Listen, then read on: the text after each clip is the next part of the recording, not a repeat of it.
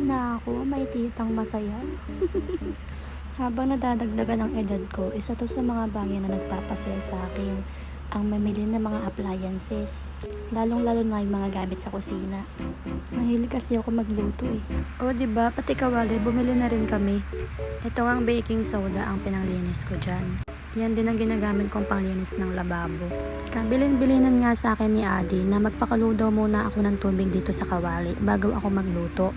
Ito nga pala yung mga pinamili namin, pang 1 linggo naming pagkain to. Kapag nagagawi kami sa wet market, ganun yung ginagawa namin kasi para isang bilihan na lang. Meron kami ditong 1 kilong liempo, 6 na pirasong longganisa, 1 kilo na pang chicharon bulaklak. Nakita niyo pa yung kodigo ko. Ito naman yung mga sangkap para sa sinigang na isda. Bumili rin pala ako ng talong para pang ensalada. Ito, chicken thigh, 1 kilo. Natakam nga rin ako bigla sa itlog na maalat. Bumili rin kami ng isda na espada. Ayun yung isisigang namin. Tapos, ito naman, 1 kilong paa ng manok. Yan nga lang yung mga napamili namin pero umabot din yan ng halos 2K.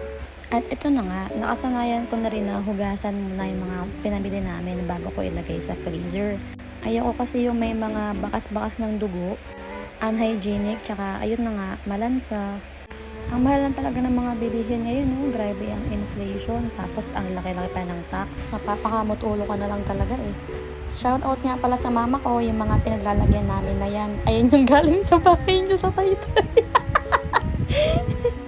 Ang hilig kasi ni mama na magpa-uwi ng mga ulam sa akin kapag nagagawi ako doon sa bahay. Kaya yan, naiipon na dito. Hindi ko na nababalik sa kanya. Dito naman tayo sa mga gulay. Gustong gusto ko talaga yung nagre-refill ng mga ganito. Ayun yung mga sibuyas. FIFO nga pala yung ginagawa ko dyan. First in, first out.